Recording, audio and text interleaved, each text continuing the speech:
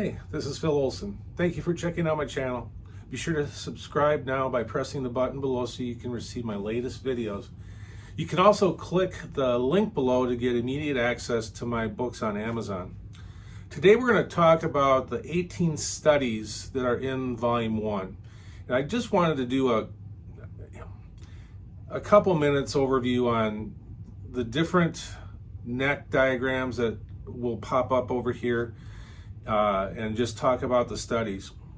The studies vary from doing like E, F, F sharp, and G, starting on the first string and climbing up the neck into all the different positions. Study 1 has E, F, and G and F sharp all on one string, and it does first position, 5th, 9th, 14th, and 19th. Depending on your guitar, you may have access to 19th, you may not. But in my series, I do put things like if accessible. So if you're going through these studies and you don't happen to have a neck that has those, that's understood. That's just part of the way guitars are. Some do have those. Study 2 is going to take E, F, and G on two strings in 3rd position, 12th position, and 17th position. Now, if you remember, we did run through that when we did our previous video just talking about looking at E, F, and G repeating up the neck. But there's a study that actually explains that. Then study 3 is still E, F, G, and F sharp, but what that is it's a unique study looking at the strings of G and B, because everything that happens between those two strings is unique. And as you can see on the side here, you'll see these neck diagrams that show this. So you're getting an understanding of how we're kind of developing this process of starting to look at repetition on the neck and things that happen that are unique. Study 4 is going to have 3rd, 6th, 8th, and 12th position. And it's still E, F, and G, but when we do 3rd and 12th, that's only E, F, and G, and when we do 6th and 8th, there's an F sharp in there. Just because of how it's designed, you have access to that F sharp. Again, this is kind of developing the idea that you have access to certain things within 4 frets, and sometimes you don't have that same access when looking at those on a different set of strings. So it's just part of developing this idea of you want to get yourself all over the neck and start experimenting stuff. When I do study 5 does an upper register, and we're still doing E, F, F sharp, and G all on one string, but now we're in the 12th, 17th, and 21st position. Now, if you have 24 frets, you do have 21st position available to you. Otherwise, it's a no-go. Okay, it's just letting you know. Study 6. We're starting to do E, F, and G in an upper register as well, but now we're looking at 15th position, 18th position, and 20th position because of what's available, okay? So 15th position is something that is a mirror image, say, of 3rd position, but it's an octave higher. And then 18th and 20th are mirrors of 6th and 8th positions on the G and the B string. Again, those are unique and they do not happen as far as those shapes in any other spot on the neck other than on the same two strings, G and B. So you do have repetition of the pattern on the same two strings, but again, that's something that only happens between the G and the B string, and it's just an octave higher up the fretboard. Study 7 will start to look at mid-range notes. And what I mean by that, mid-range means we're looking at strings, say 3 and 4, starting with the notes. And we're still doing E, F, and G, but we're looking at notes that are going to repeat, but this time there's nothing unique because it starts on the G string and goes to the D. And so if you look at these studies, it shows you absolute repetition, which is great, but the repetition is respective to anything beyond that G string going into lower strings.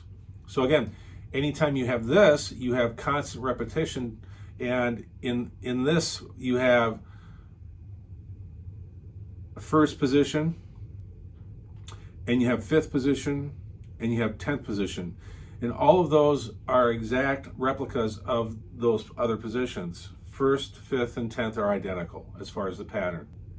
Then we're going to look at second, 7th, and 12th. And those for E, F, and G are all the notes on one string. So obviously that's going to be a constant repetition because it's all on one string, so it's going to be a repeating pattern. I'm going to do a B, C, D with C sharp in it for study 8.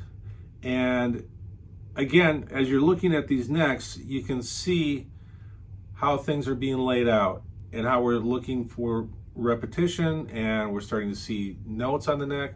You know, in the process of doing this, what you're really starting to do too is you're starting to do some ear training, because if you're dealing with a concept like this, in the process of doing this, you start to get this concept down where you start to go, well, what else can I do? And that's really the goal of this, is to get you to think beyond just saying, hey, this is where you play this and stay here. You know, if you want to become a really good guitar player or someone that really can have a command of the neck, you want to go beyond what just a simple concept gives you. You want to delve into that concept. These are exercises to get you into the concept, but they're not going to expose every single potential way to play every single note on the neck. That doesn't get the concept across. The concept is to get studies in, to get the idea, to get it going around in your brain so that you start experimenting.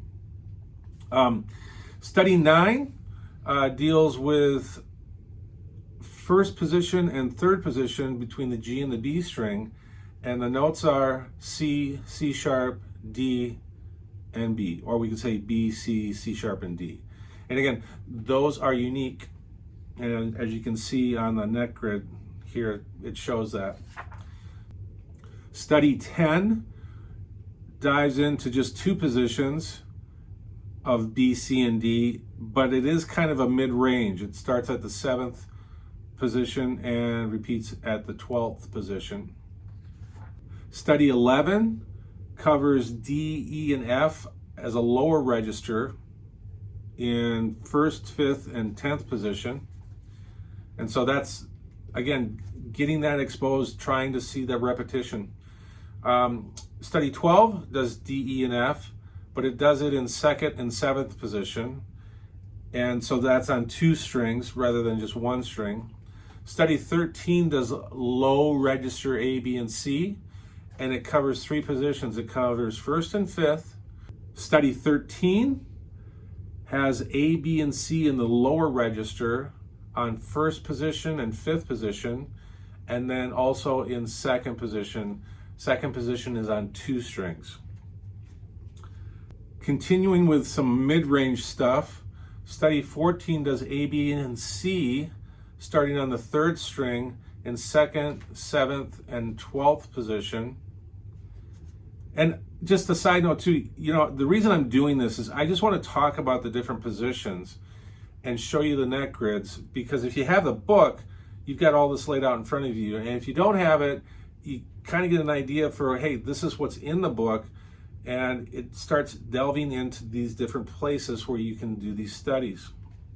Study 15 does A, B, and C on 2 strings in 4th position, 9th position, and 14th position. I would consider that mid-range.